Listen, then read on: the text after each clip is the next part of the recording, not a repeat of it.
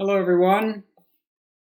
Great to be with you here today for our webinar on EV-ready buildings and vehicle-to-grid charging. I'm your moderator today, Joe Wachunas, and we're extremely excited to have some great panelists and to have you guys here as part of Sustainable Building Week. A quick note on Sustainable Building Week for those who are unfamiliar with it. It is an amazing event. This year it's 2 weeks because it's all virtual, but just lots of events focused on sustainable buildings and the many aspects that involves. So today, as part of the Electrification Day, we're honored to be part of that. Don't miss the other great events on Wednesday, Thursday, and Friday. You can find their events at sustainablebuildingweek.org/events. A huge thank you to the top sponsors for Sustainable Building Week that make this possible, and to the collaborating organizations, which Forth is one. So please go ahead and submit your questions in the attendee chat for our moderators. I will be gathering those and feeding them to our moderators. We're going to have just a quick introduction and then 2 presentations, and then we'll open it up for Q&A towards the end of the hour. A quick word on Forth. We are a 501c6 trade organization, and we are all about talking about and improving transportation electrification. So we do that in 4 ways. One is policy. We help write laws and enact them around promoting transportation electrification. Another way is engaging and educating consumers. A third way is we do demonstration projects like electric tractors and getting Uber and Lyft drivers in electric vehicles.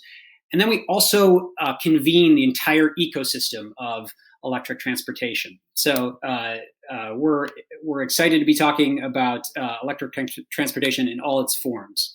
A quick plug, we have our annual Roadmap conference in June that's just been announced, and we're opening up for proposals. So go to roadmapforth.org to submit a proposal. Very excited about this. Is our, I think, 13th Roadmap conference. We do this every year. And then sooner will be our e-mobility equity virtual conference, November 12th and 13th. Please check that out and join us in under a month for this very important conference. Again, I'm Joe Wachunas. I'm a program manager here at Forth. I'll be the moderator. And let me introduce our 2 panelists for today. We have Mark Trahand, who's the Executive Vice President for Marketing at Nuvve, and he oversees all the aspects of marketing, branding, and external communications for the company. Mark today will be talking about vehicle-to-grid charging, and he'll be showcasing some of Nuvve's work in this space. And then we'll hear from my colleague Eric Wong, who serves as a program manager at Forth, where he focuses on building codes and policies that promote EV readiness in residential and commercial buildings. He'll be talking about EV readiness in buildings because it is Sustainable Building Week, and he'll talk about his work in charging infrastructure in multifamily apartment buildings. So excited to hear from both of them today. Again, please submit your questions through the attendee chat. And with that, I will turn it over to Mark. Great. Thank you. Thank you. Very happy to be here. And I noticed from the photos that Eric and I were wearing ties, but we're not today when we're working at home. But very glad to be there and be part of Building Week. I think there's a lot of new technology that can be deployed today. And I'm here to talk about vehicle to grid. Now, vehicles are not buildings, but they can be very useful in providing optimization of energy use through storage. So we look at an EV as a battery on wheels. And some of these are very big, such as the buses you have on the screen right here. Others are the regular EVs you and I drive on a daily basis that are often connected to buildings and can be used as a storage facility for the building. So I want to present a little bit in this presentation who we are, what we do, and some of the examples of where we've worked actually on the separate buildings and providing the some benefits here. So I want to actually go concretely and show you some of the projects we've been doing. I think I've got the little arrows at the bottom here. Here we go. So who is Nuvve? We're based in San Diego, California. We are using technologies originally developed by the University of Delaware. Professor Kempton over there invented the concept of vehicle to grid in 1996 when working on wind farms. And the idea was, how can we buffer this wind energy from renewables? And that's valid for solar as well, and make sure that we have a easy way to buffer this in storage. So the idea was developed in the end of the 90s. The first demonstrations was done during the years 2000s with batteries being used by PJM on the east of the United States. And then Nuvve got created to use that technology and roll it out. And all those little red pins you see on the map are different vehicle-to-grid operations that we have today. There are many inside the US. I haven't covered the US in red dots, but we're building more and more operations there, especially with electric school buses. And then in Europe, we've been commercial actually for quite a few years in different countries. We have a joint venture with a big utility called Electricity of France, EDF, in which we are rolling out the vehicle-to-grid technology directly to consumers. And the idea there is that the utility has access to customers. We provide the vehicle-to-grid technology behind them. We have some activities as well in Asia, quite active in Japan. Another one of our investors is Toyota Tsusho, which is the trading and investment group from the Toyota Group, who's quite keen in developing vehicle-to-grid in Japan as well. We have also one of the first vehicle-to-grid setups in Namibia, and I'll talk a bit about that, where we're actually doing vehicle-to-building there in Namibia, optimizing with the United Nations building in Windhoek the energy from the solar panels, and how do we use the energies from the cars there. We've done some achievements over the past few years of working on vehicle-to-grid. One was proving that we can actually aggregate lots of EVs together, and through our software system, we control the energy that flows in and out of the battery, and I'll explain that. But we've been able to control over 10,000 EVs at one point in the Netherlands. We've done 4 years of continuous vehicle-to-grid, which with a fleet in Denmark, which allowed us to really understand, how does it working day in, day out with V2G, ensuring that the user always has the energy he needs to drive while still using the building or being able to access energy markets, and also making sure there's no degradation on the battery. So we work on these deployments, and we have gained a lot of experience on that, and also developing different services for different grids. You've probably seen quite a lot of press from us lately. We are now working directly with OEMs such as the school bus manufacturers in the US to be able to deploy this technology. And I think this technology is seen more and more as an essential building block to be able to, if we are going to reduce our emissions on the electric grid, for example, and we want a zero emission grid, having the ability to store the renewable energy is becoming more and more important. I'm particularly proud when I see publications such as Oil and Gas starting to talk about V2G. So what is V2G? Basically, we have an EV that has a battery, and we need to be able to charge and discharge. For that, you need a specific charger that's able to be bidirectional, and the car has to be suited, and they're paired together and work. But you need a control system, and the control system allows you to do charge or discharge at a variable rate. And this is where the smarts and intelligence come in for the control system. So at Nuvve, we have a cloud-based platform that does this. We aggregate all these small little batteries, and we create one virtual power plant. And that virtual power plant is then instructed to deliver services. And the services can be delivered at different levels inside the electric grid. We can deliver to the system operator. Now, that's the person who controls the entity that controls the grid and ensures that you have the lights on every day at home. The distribution system, which is a local utility that actually retails the energy to you, and also the end customer. And that's where we talk about buildings and how do we optimize the building energy at the same time. So there are multiple uses of V2G. So we're going to focus a little bit more here on the building aspect. But once you have a control of a battery, there are many things you can do. You can create a lot of value with vehicle-to-grid, which helps overall lower the cost of electric transportation. Now, we all know today that electric vehicles are a bit more expensive than the equivalent gas car. And the idea with vehicle to grid is that we make revenues from energy markets, we make savings from energy on buildings. It allows us to reduce the cost of electrification of vehicles as well. We have customers. These are just photos of some of our customers I wanted to share with you. The great thing about V2G is you are generating revenues when the car is parked. And most of these cars are parked 95% of the time. If you're a taxi, you're not. But a lot of fleets, a lot of personal cars are certainly parked for a long amount of time. And that allows us to then, as soon as you come home, you plug in, we control the battery. These are some photos of different OEMs, different vehicles, performing vehicle to grid in different countries: Barcelona, Delaware, in France, in Philippines, Namibia, Paris, and all of the buses here are very specific to the United States. It's safe to say today that pretty much every automotive OEM is working on a vehicle to grid plan. Some of them are more advanced than others. Some have become are already into market. Others are coming to market very soon.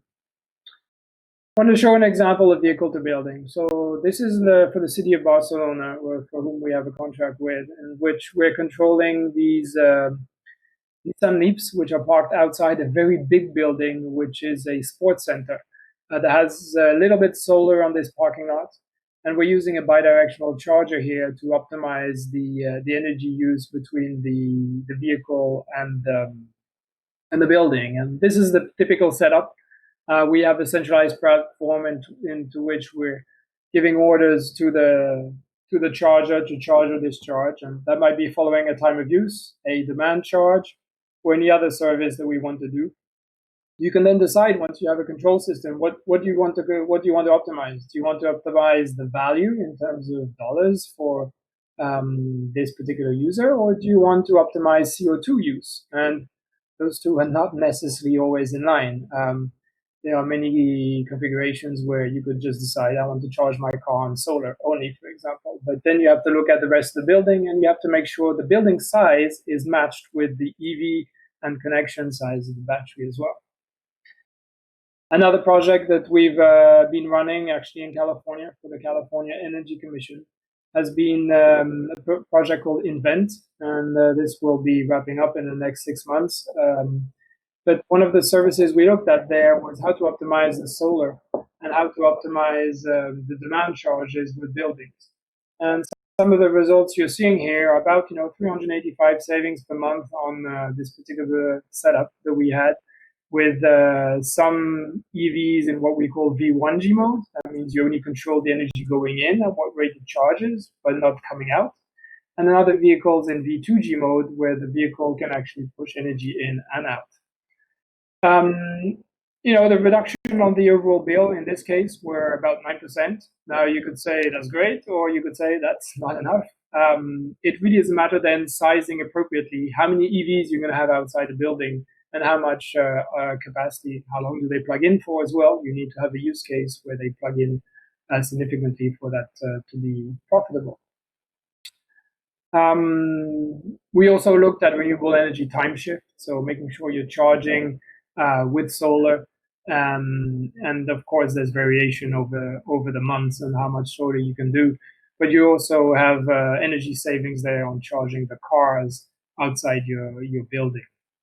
So a lot of that depends on the meter arrangement as well. Is that 1 meter for the building and the cars you're managing together? Because if you can push energy back into the building, then you can certainly help the building for area moments where you might have high aircon, high heating needs. Typically, you see that when in places that have large amounts of solar, such as California. One of the use cases would be to charge at work and come home and offload the extra energy still left in your battery into your home, so that you're mostly cooking or heating your water, using aircon off your battery, which corresponds to the main peak in the evening where you want to lower that. Another example we have was in Namibia. We're working with the United Nations headquarters there, which is a very big building where we had 2 Nissan Leafs in the garage providing energy to the building. and being charged for their regular trips. One of the big issues we found there was size matters again, and we only had 2 EVs for a very big building with lots of air conditioning. And even though we're able to help minimize the cost of charging or the cost of aircon in the building, 2 EVs don't necessarily make a huge impact, despite still being a significant impact, of course. Now, I talked about doing vehicle to grid for several years in a row, and I think one of the questions we often get, and we might get at the end of the session, is do you damage batteries? And one of the things that we have found working closely with manufacturers is that we always make sure there's enough energy in the battery to drive, first of all. And secondly, we work within the OEM limits, making sure we're not cycling these batteries too much, that we're within the warranty standards. So that's an important aspect of vehicle to grid, is make sure the safeguard of the battery is taken care of, and that we're within the warranty limits of every manufacturers. Other big problems around lots of EVs, I took the bus depot as an example, is that if you have a building which has a lot of EVs parked outside, you're going to struggle on how do you all charge them at the same time. You want to have the smart software there that's able to decide which one is driving next, which one needs to be charged, which one doesn't, and eventually even share some of the charges around the parking lot. So there are some smart algorithms and ideas that you can have once you have everything connected together. But that is going to become one of the situations where vehicle to grid is actually going to lower the operation costs of electric vehicles. And we often like to say at Nuvve, we like to make electric vehicles greener and more affordable, and this is part of the equation. We need to make sure that we are lowering the cost of operation of these. Now, how do we do this? It's really through a smart platform. It's through also applications that the users have that are driving their vehicles, where they input their driving habits, when do they need a charge, and the charge you might need every day might not be 100%. So you might minimize your building overall energy cost. If you know that you only need the energy in the car to drive 20 miles, then why charge it 100%? You can use the rest of that energy for the building and not necessarily drive the car down, keep energy that's not being used. So the whole concept is vehicle to grid is a finite set of energy, and we need to share it all together, and we can share it between vehicles and buildings at the same time.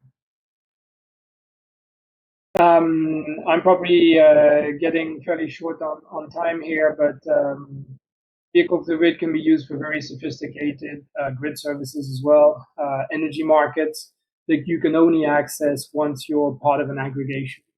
And the fact that we can access these markets helps reduce the cost of electrification. We're going to make revenues that we then share with the users of the batteries. Those batteries are owned by the drivers or the fleet managers, and we share the revenues with them so they get the lower cost of transportation. We have some customers internationally, for example, that might have very low cost or free energy to drive because we share that energy cost with them through revenues we make on the markets. Now, school buses in the United States are a big development for us. The ideal use case with these buses is that they are parked a lot, and they have pretty large batteries combined with a very big connection as well. So we're talking about 60 to 120 kilowatt chargers, batteries that go from 120 to maybe up to 200 kilowatt hours. And we've been running a project, this one in the middle here in Torrance, California, for quite a while, where we were using 2 buses to act on demand charge management of a meter, and we can fight back the peaks with those buses. You can do regular time of use, of course, and not increase charges on the meter level at your building or at your parking lot level. And then the last photo here on the right is a V2G project with bidirectional school buses in Con Edison, New York, where we're also looking at demand responses and the optimizations there. So there's a mix of different projects, and we're looking forward now to rolling out commercially, and that's part of the announcements we made lately across the US now with school buses Eventually, next year we will have offers in 2021 with vehicles for the home. And I think the idea there is to make sure we have the right chargers and the right products to roll out with consumers at home. But right now, the focus has been rolling out for fleets and connecting with school buses, heavy duty vehicles as well with buildings. So I hope that was a good introduction to Vehicle to Grid. Be happy to answer any questions next and pass it on to Eric. Great, thank you, Mark. That's fantastic. I realized I rushed through my intro slides and I forgot to launch a poll. So we want to do that real quickly right now on vehicle to grid charging. We want to know how you see yourself or your company or your entity using vehicle to grid technology. So go ahead and vote and we can see.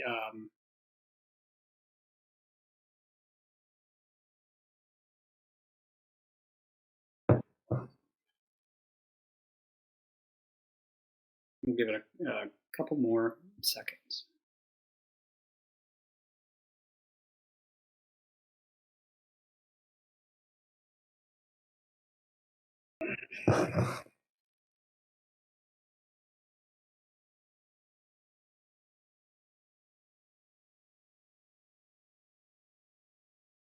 Great, maybe 10 more seconds. We'll close the poll.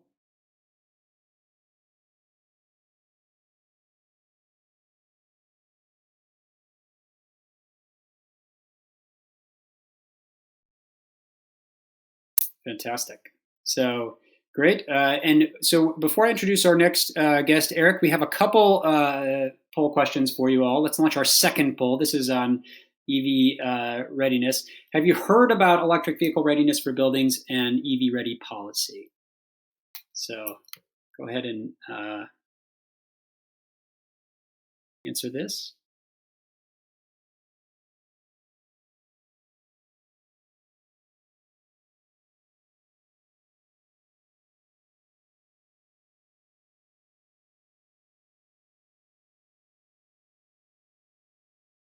More seconds on this one. Get in your votes.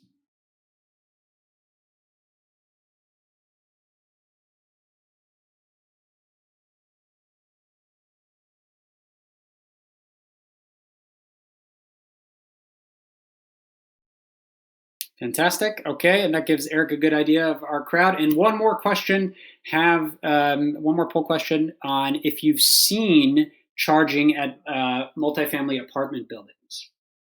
You've seen charging.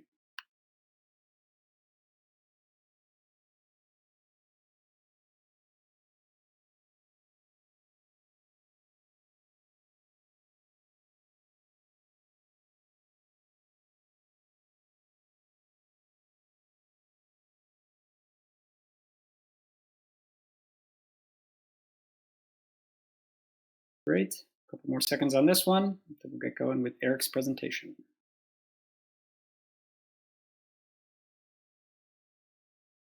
So it looks like most people have seen it before. Fantastic. All right. I'll turn it over to my colleague, Eric Wong, for our next presentation, and then we'll get to Q&A. Thank you, folks. Keep putting questions in the chat room. Thanks so much. All right. Thank you, Joe. Thank you, everybody, for answering the post. That was really helpful for me to know who has seen or first heard of EV readiness overall and also seen MUD charging before.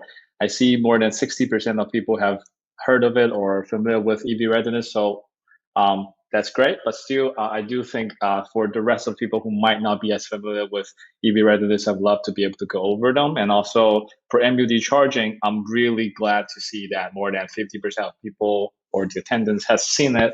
But still, there are 27% of folks who haven't really seen MUD charging that has taken place in their life, which is totally fair and totally reasonable. And we have more on that specific topic to tell you about today. So once again, thank you, everybody. Thank you, Joe, for the introduction. And before I jump into today's topic, I'd like to just mention why it's so important to talk about home charging during this Sustainable Building Week, because I generally talk about charging infrastructure in three major categories. I talk about public charging, talk about workplace charging, and then home charging. Home charging happens to be my I have most skin in the game, or my favorite topic, closest to my heart, because I think home charging is a very important factor that could potentially accelerate EV adoption, because it's a convenience and a unique sense of safety that people seek for when they make a huge leap into electric vehicle or electric transportation versus sticking with their ICE vehicles. They want something safe, they want something they can rely on. And obviously at this current stage, single family home ownership is not necessarily a most prevalent thing for everybody. So tackling MUD charging or multi-unit dwellings or multifamily apartment buildings is really important. That's what we will talk about later in this presentation. And then also, since we're embarking on the journey of discussing sustainable buildings, I want to talk about the things that could impact these buildings that will actually last for decades long, that it will be ever more important to talk about how we ensure the sustainable future that we're talking about the buildings here is also incorporating the intersection that we have with transportation electrification. So I'm going to move on my slides. Okay, it works. So for today's topic, I just want to focus on basically two major sides of building overall. One is focusing on EV readiness and building codes. That's going to have EV readiness requirements for the new constructions. And then I'll also talk about a project called VCI MUD, Vehicle Charging Innovation Multi-Unit Dwellings, which is a DOE project that Ford is working on right now to talk about innovative technology that could facilitate existing buildings in their quests or in their journeys in terms of getting EV charging in their buildings. So here we go. First things first, what are building codes? I believe a lot of people have heard of building codes or seen building code or might have been working with building codes. But I still think it's important to tell people the concept of building code is that they are a collection of laws and regulations or ordinances adopted by governments or legislative authorities for the physical structures. And it's mostly aiming to safeguard the occupants' health conditions and the building's overall well-being as well. And most of the time, the building codes adopted by a local jurisdiction is developed by model code organizations like ICC, International Code Council. And under ICC, they have more than 15 different I codes that regulates all different aspects of a building.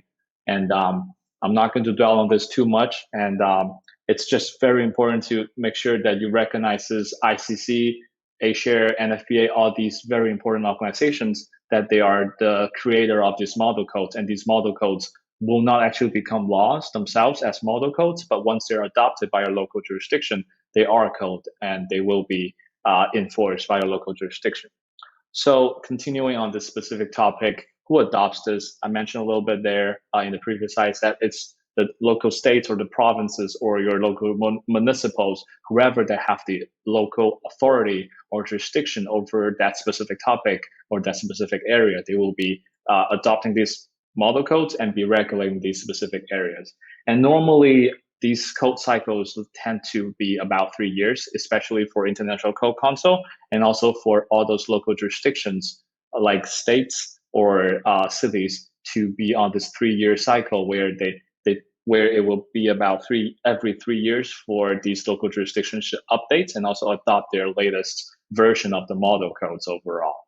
And next slide, what we'll be seeing here is essentially a map of IECC, the International Energy Conservation Code, that is developed by ICC, that is actually being adopted in, I believe, in total 50, not 50 states, but 50 different regions, barring California, Indiana, because California has its own more stricter regulations in energy conservation. They call them the Cal Green standards. And then somehow Indiana is not amongst the ones that's adopting IECC. But one good thing to remember is that ICC's I codes are actually the most widely adopted codes in most of the jurisdictions in US. And because of all the different I codes developed by ICC have great compatibility with each other, they are mostly becoming the go-to codes that the local jurisdictions would go for. And that basically wraps up my quick introduction about building codes. The major takeaway is building codes are divided into multiple different sections, depending on what are the specific topic area or topic area that's being talked about. It could be about building itself, it could be electrical, it could be about mechanical or plumbing or other common ones as well. And model codes are mostly developed by specific agencies like International Code Council, ICC. And they're adopted by the local AHJ, which is authority having jurisdictions, like your local municipalities or your states, depending on who has the authority. And then finally is the ability of each level to create and enforce codes varies depending on the local authority. And that is a very common theme, especially in a country like the United States. And moving on into the next slide, we're going to talk about why do we care about building codes for electric vehicles. So as I mentioned above quickly, is that it's very important to have access for charging for people to safely make the switch into electric vehicles. But at the same time, we are already seeing a really great number increase in terms of overall EV adoption or EV sales. And all of these EV cells will eventually translate into a strong demand for EV charging. So for buildings where these electric vehicles are actually going to be parked, it's very important for the buildings to also prepare itself to adopt or adapt towards this specific change and this specific demand.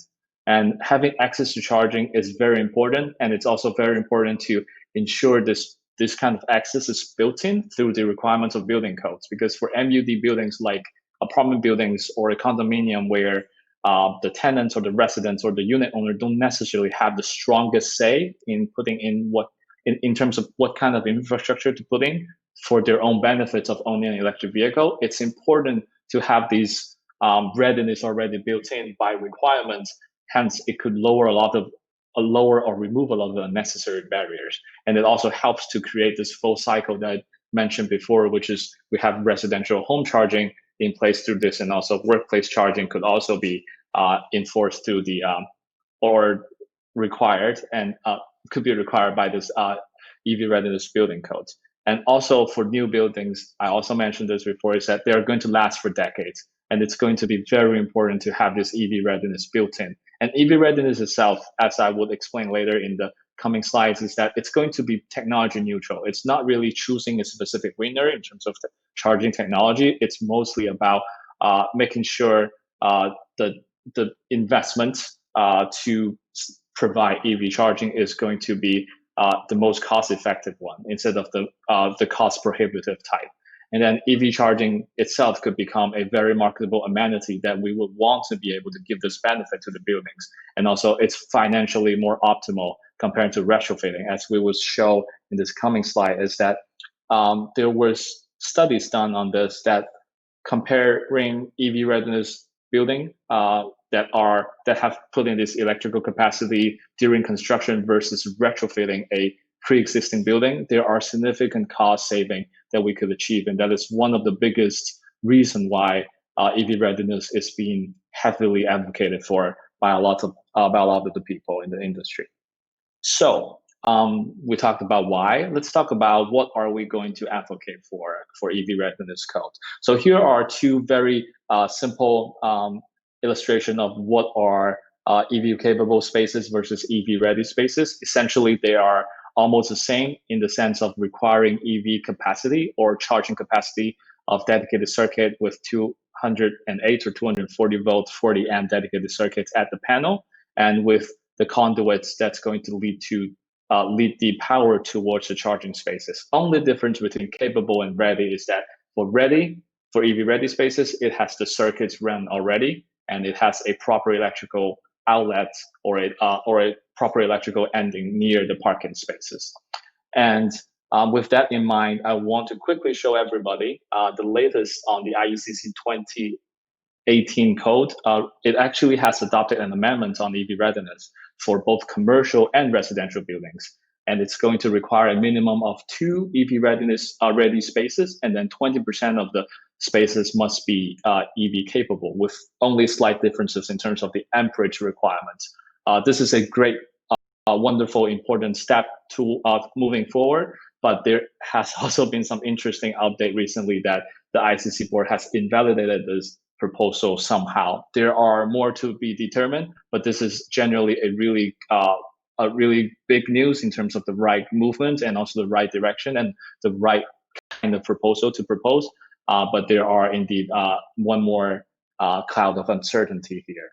But that wraps me up in terms of the very quick introduction in terms of EV readiness and building codes overall. I think that was helpful to everybody. And I want to move on to introducing you a little bit about the VCI MUD project that we have been working on. So this is a project that Forth has been working with Energetics and also Center for Sustainable Energy. It's a DOE-funded project, and we are essentially looking to achieve three major things. Number one is to engage the stakeholders and determine and also do research on what are the barriers for multi-unit dwelling charging for the existing buildings here.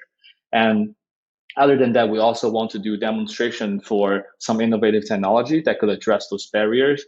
And then finally is that we want to combine our learnings and our research all into a toolkit, and then we disseminate it to the wider general folks so that we can use this toolkit to properly address all the barriers that we have identified during this process. So for the first thing that we attempt to do, which is to look at the baseline, understand the barriers, and also understand how are charging done currently at MUDs, we have conducted two kind of analysis. One is quantitative, and the other one is qualitative.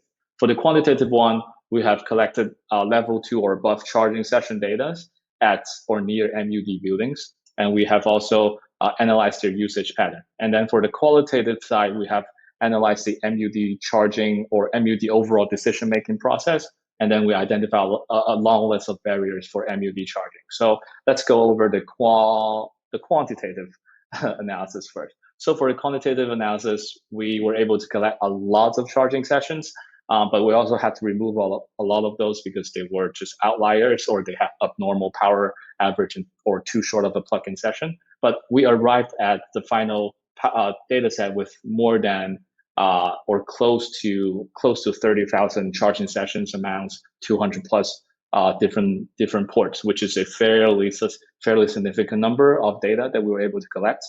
And they actually include both at MUD or near MUD supporting MUD charging sites. So for this specific slide, what you're seeing is MUD located charging stations. And what we have seen throughout the year, which is 2016 to 2020, we see a trend of increased EVSE usage over the years, which corresponds with the EV adoption increase. And if we look at the the chart on the left-hand side, this is a distribution of charging durations. We see the average charging time is about 3.6 hours, but the average plug-in session is actually 12.2 hours. So much longer plug-in session, much shorter charging, in comparison, much shorter charging session. And then on the upper right-hand graph, you can see a charging duration distribution versus a plug-in duration distribution. We can see that there are a lot of cars that's actually plug in for a much longer time than they're actually charging, meaning there are people who plug in, finish charging, and never move the car, which is normal because you don't really want to move your car middle of the night, even if it's done charging. And then on the lower right-hand side, we see the energy delivered comparison for longer and shorter plug-in sessions. And we realize they are identical or very similar to each other, meaning that there are redundancy in charging capacity that we haven't been fully utilizing. And then moving into the next one is essentially the same set of data, but for MUD supporting level 2s. So level 2 charging that's next to MUD buildings. We also see an average of 2.9 hours of plug-in sessions and 2.2 hours of average charging duration, but we see a much shorter plug-in session or a much stronger overlapping of plug-in and charging session overall, because we realize it's a MUD supporting level 2 sites where they might have parking restrictions or parking time limits. Hence, there's a better usage of the available charging capability, hence higher efficiency. And that is something that we want to encourage, and we are thinking about how can we encourage that. So after quantitative analysis, we did the qualitative analysis as well. Thanks to our broad range of partners, we were able to arrive at a few interesting conclusions in terms of MUD decision-making process.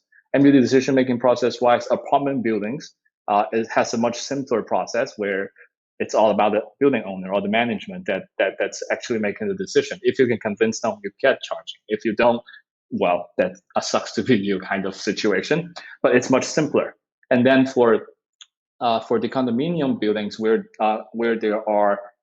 there is a HOA or a homeowner association, it's more complicated and more of a political process of homeowner association mixed with local jurisdiction complexities. So it's going to be a little bit more of a political fight sometimes, where you need to win more than half or maybe 2/3 of your neighbors to really be able to do anything, and that is a big barrier as well. So in terms of key barriers identified, we actually interview a lot of our stakeholders and also done research, and we realized that education awareness is a huge barrier. People or building owners don't necessarily know them. And then financial barrier is huge because sometimes retrofitting is very costly. And then finally is building might not be physically or electrically prepared to actually install EV charging, and that is a huge barrier in itself. And here's the list of the highest ranking outreach interview barriers identified, and HOA related is really, really high up here. And then of course, information, education, and parking limitations and things like that are all relevant barriers, and we are hoping to address them by the innovative technologies and also the toolkit to provide more general education.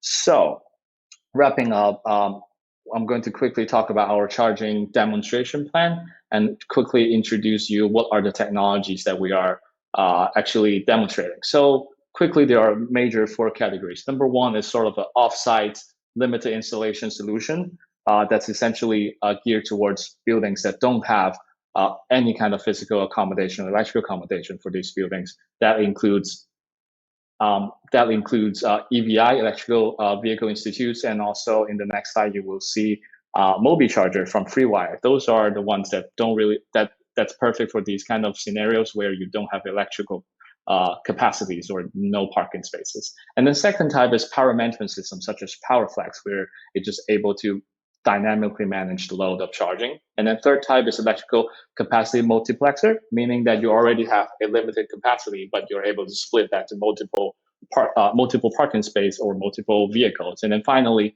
the final type is community share charger management, where you can schedule or make reservations for a shared charger. So making people more willing to honor their promise and move their car at midnight. So increase the utilization rates overall. And finally, final slide here is that these are the things that we are hoping to achieve and understand. So first one is EVSE utilization. We want to just compare the baseline data versus the new innovative technology demonstration. We want to know if we were able to really improve the inefficiency that we identified before. And then secondly, we want to understand and answer the question of business case. This is one of the most frequently asked questions, like, what is the business case behind EV charging and MUVs? Is it really a thing? Does it really help me with my building? Because building owners or building managers cares about bottom lines, and we want to help them to answer that question. And then lastly is that we want to understand and collect user experience for these technologies to see how or if these technology improves their perception about EV charging, and whether if it actually helps the overall experience of using charger and driving electric vehicle for building owners and also MUD residents as well. So that is wraps up my portion of the presentation. I hope I didn't go over time. And if there's any questions, please feel free to send them, and I'll shove it back to, or I'm sorry, give the floor back to Joe. Thanks, Eric. Great stuff. Thanks so much. We've got some great questions already. Mark, if you want to turn on your camera and come back for questions, that's great. There we are. Perfect. Great. Well, I'm going to just start off with our first question for both of you. Let's talk a little bit about vehicle to building and resiliency. We all have kind of natural disasters and climate change on our mind. Talk to us about what are some major things that we should be looking for and expect with being able to use our vehicles to, in the future, power our homes and buildings. And Mark, why don't we kick that to you first and then hear from Eric? Sure. So I think that, there's different levels of resiliency that you can provide. And with vehicle to grid, there's a question we get asked a lot, especially in the light of the latest events we've had, especially on the West Coast here, that have been quite drastic. Resiliency can be provided at the grid, before it crashes, and then there's resiliency once it has crashed, which is the worst scenario. before it has crashed, or to prevent any risks, EVs and batteries can already stabilize the grid. We have definitely ways of stabilizing feeder lines which are overloaded, for example, by triggering the charge on the EVs at the different levels. So there's lots of just natural things that you can do in conjunction with the utility to prevent issues happening on the grid. Now, in the worst possible situations where the grid hasn't gone dark, there might be different reasons for that. It could be a PSPS shutoff, or it could be that unfortunately the power line has fallen down. EVs can be used to do emergency backup into buildings. Initially, it has been done in Japan after the Fukushima disaster, and that's one of the creative elements behind vehicle to grid, actually, is being able to take a Nissan Leaf or a Mitsubishi or a Toyota, plug it into your building and power it up for, depending on how big your battery is and how much energy you have left in your car, it can be hours and sometimes days. So that has a strong value. We're looking at being able to do that with electric school buses, much larger vehicles, being able to bring them into a shelter, for example, and power up that shelter. Now, talking about buildings, and maybe Eric can add on this, there's definitely a need for a building code in which you can isolate the building, because you need to cut off the building from the grid if you're going to power that building, so that anybody is working on the grid doesn't get electrocuted from your vehicle. So there's a combination there that needs to happen at the charger level, the vehicle level, and at the building level, but the technology is there to make it happen. Yeah, and I would just set out a premise saying that most of my work has focusing on how do we add EV readiness into buildings to make sure people have access to this. But I believe it also gives us a really good opportunity to tell people, especially when we are talking about building electrifications, building sustainability, building efficiency improvements, and things like that. All of those could potentially bring us towards a point where it's a major construction, where it's a major renovation of the building that presents a wonderful opportunity to really look at the technology options, which includes EV readiness, includes V2G integration, or maybe just vehicle to building integration technology options. All of those are possible or made possible or most cost effective when we're doing them all at the same time, because these are built environments. Built environments are mostly not, it's not a good idea to be like pave out your cement and then rip them out later to add one more feature because, oh, we forgot about it or we didn't see it as really viable. So I think I don't have a lot of other things to add other than agreeing, Mark, in terms of the resiliency part for vehicle to grid is really important. That provides both grid services and also potentially helping out with the building's own energy usage. But I do see combining our topics together presents a wonderful opportunity to present all the possible options for people that's considering energy efficiency or sustainable building for the future, to really take a really holistic view of all the available options and see how they actually intersect with each other tremendously, that we should take a very comprehensive view. Oh God, I repeat it, but yeah. I love that, the realistic, comprehensive view of both charging, vehicle to grid. Yes, perfect. A quick question, I think, for you, Mark. Is V2G always accessed with CHAdeMO, or can it? CHAdeMO is the level 3 fast charging standard, or can you also do it through J1772? That's a level 2 slower charging. So technology is agnostic of the plug and of the charger. Now, CHAdeMO was the first one in end of 2013 to come out with bidirectionality. So we've been using a lot of CHAdeMO vehicles and chargers to do V2G. But the first ones we ever used was actually on the J1772 using AC onboard chargers. So we're doing vehicle to grid with those. A lot of the new vehicle to grid projects coming up are with CCS, and even though the CCS standard is not fully bidirectional publicly yet, you can already start, if you're working closely with OEMs as we are, to start getting vehicle to grid on the CCS lines. So there's, eventually every type of plug will be able to do bidirectionality. Now, you do need the vehicle to be compatible as well. It's not only the plug. Okay, great. Thank you for that. Eric, I think this is one for you, and you may have answered it in your presentation. Have you looked at technologies that have adapted power sharing, such as PowerFlex? Yes, yes. So PowerFlex is one of our technology provider for the demonstration for sure, and they qualify more under load management specifically because what they do is more of they claim to be able to do dynamic charging depending on inputs solicited from the user, saying that they need to leave by 7 a.m. in the morning, so they would maybe priority them a little bit more. So the question is, what options am I seeing? Which I see multiple questions on the board as well. What exactly is the question that I'm supposed to answer? It was, have you looked at technologies like that do power sharing, such as PowerFlex?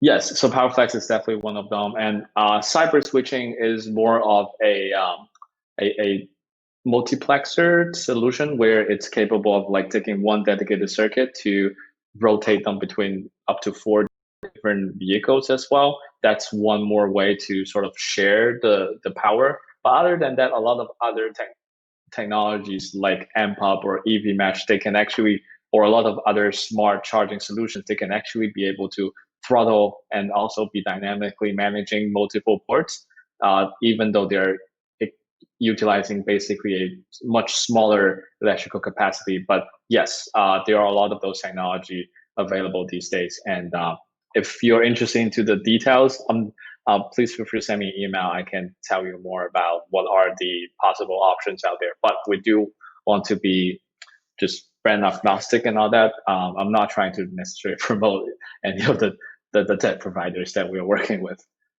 Perfect. Cool. Thanks, Eric. Great. Question came in, Mark. Could worn out vehicle batteries be removed and used for building storage directly rather than in the... Yeah, absolutely. So, as most of you know, a battery inside an EV is used until its health pretty much hits 80%. But that doesn't mean that the battery is not usable for the future. So a lot of those batteries are then recycled, taken apart, put into buildings in some cases. And we've actually got a project we did back at the University of Delaware, which had about 40 electric minis doing vehicle to grid between 2012 and 2016. 2016, BMW decided to crash all the minis. So we said, can we have the batteries back, please? And we've repackaged the batteries inside the building. And those same batteries are still providing grid services, in this case, the PJM frequency regulation inside the building now. So you could do other services as well, but absolutely, there will be a recycling a lot of these batteries. And the cost of recycling, I think, is the biggest question now, because some of the new batteries coming through are very cheap. But if we believe in this planet, we need to find ways to recycle these older batteries. Perfect. Thanks so much, Mark. Eric, we'll go back to you next. One of our listeners wants to know, what exactly do you mean by education and awareness? You named it as one of your barriers. Is it one of the easiest barriers they want to know to address? So education and awareness is, you could say it's one of the easiest, because the most intuitive solution is that tell them about it, right? Give them the information.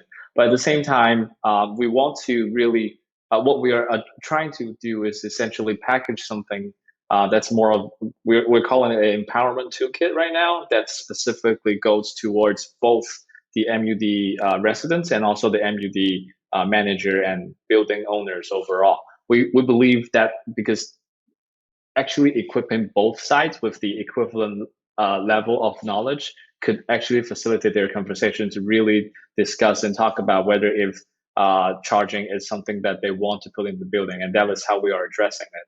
And education barrier or awareness barrier could be unfamiliarity with EV, unfamiliarity with EV charging, or installation related costs, or installation related processes and things like that. There are a lot of misconceptions out there or misinformation out there that we would hope to be able to clear up. And that is part of what we are aiming to do through our toolkit.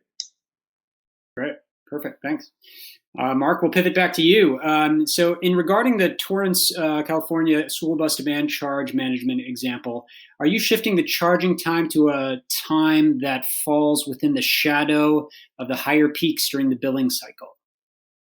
Yes and no. So what we did at the Torrance, actually, what was interesting on that parking lot is that you had some significant loads that were turned on around 4 in the afternoon, when a lot of the buses came back. There was a big LNG compressor on site, and that LNG compressor uses electricity to charge LNG into the other buses that were not electric. That created a huge demand charge in the afternoon. And what we did is we used the electricity left over in the 2 electric buses to push back out electricity to compensate for that load on the meter from the compressor. And we think we probably saved that parking lot, 4,000 to 5,000 a year in terms of just demand charges. So demand charges are in some states are quite expensive. They can easily be 60% of your electricity bill if you're not careful.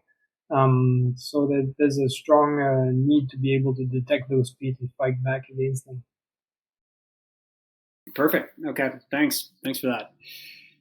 This might be still in your wheelhouse, Mark. When you consider how many EVs need to be aggregated between their smaller charging footprint and the percentage of EVs that won't be able to respond to a dispatch based on driver schedules, et cetera, isn't it more realistic to discuss just charging VPP just from fleets and buses?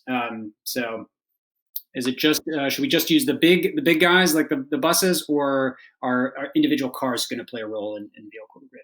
I think we'll have vehicle to grid at all levels. Initially, fleets are the easiest to work with for sure. You electrify a whole parking lot and you work with the fleet. But even every fleet is very different. We have fleets that do night shifts, fleets that do day shifts, and still the driving is unpredictable. The beauty about our software is that we compensate at any time. So if you have to unplug your vehicle and go do an errand, we will compensate that lost capacity through the other cars, or we'll find another battery that can step in. So we're able to provide a very stable output to the utility from fickle resources, plugging in, plugging out, coming back at a different SOC.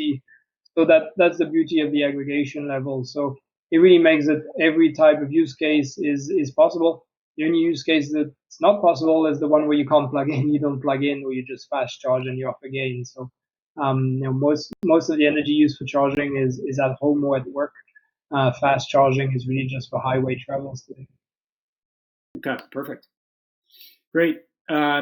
Eric, we'll do one more question for you and then a final question for both of you. What options are you seeing as the most cost-effective EV charging for end users in MUD and multifamily apartments, especially low and moderate income customers?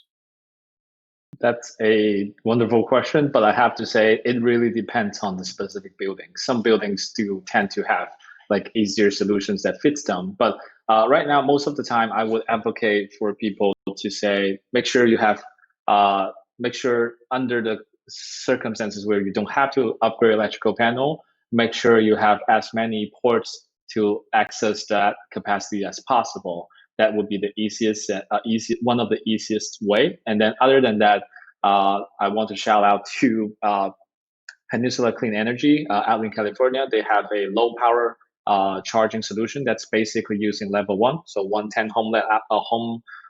home outlets to do charging, which overnight provides a pretty significant range for the EVs, and that could also be another solution that's going to be quite cost effective. But overall, it really comes down to the specific building setup, how close it is from their parking to their panels, and also whether if they already have a lot of electrical capacity available or not, because electrical service upgrade could be cost prohibitive. Some of the difficulty in every building is different. I agree with Eric there. I think we're seeing some innovative things as well with MUDs where they might be able to share the EVs, for example, and vehicle to grid can help make those EVs less expensive to operate. So you might not end up having a situation where everybody in the building needs its own EV. Sharing EVs could also be a way to go. Great. Let's do one more quick question for you all. I know we're almost at time. I guess this question is, how do we scale both of both V2G and EV charging in apartment buildings? How do we do? What's the best way to do it? And do you expect it to scale dramatically in the next 5 years? Try to keep your answers short if possible. Go ahead, Mark. We'll start with you. Yeah, no, I think we're seeing, the rise of EVs becoming really, really strong. You see different states now mandating, as much to 100% electric vehicles sold. So we're expecting a rise in the EVs, and we have to help the utilities and everybody in its own building to be able to charge. Now, usually most single home family homes are already fine with charging the EVs at home. It's as Eric was saying, is the multi-unit dwellings, the condominiums, the big buildings. That's where the power capacity becomes a problem. Yeah, and I would say, in terms of wider range, larger scale adoption, I definitely hope to see that, and I kind of think it's going to come, mostly because a lot of indication has shown that, at least through IECC adoption of that amendment, minus the uncertainty, that is a really important indicator that there is already the political support for this kind of wide adoption at MUDs. And then with our demonstration, new technologies, and also with more new buildings coming online with built-in capacities for EV charging, I think it's going to take off fairly soon. And also, there are so many new models, new offerings of vehicles being offered by OEMs as well. I see the future as really, I see a pretty rosy future. Awesome. Great. Well, thank you to both of our guests. I want to, particularly call out, Mark Jahand and Eric Huang for being here today with us. We did an interview with Mark in the blog Clean Technica, so go ahead and check that out there. It's still on the front page of Clean Technica on the cutting edge of vehicle to grid. Check that out. Thank you to Sustainable Building Week. Please check out the other events at sustainablebuildingweek.org. And Forth's next webinar is on electrifying city fleets. That's October 27th. We'll leave you with that link as well. Thank you to all for being here with us as part of Electrification Day. Thanks again to Eric and Mark, and enjoy the rest of your afternoon to everyone. Great. Thank you, everyone. Thanks for your time. Thank you all.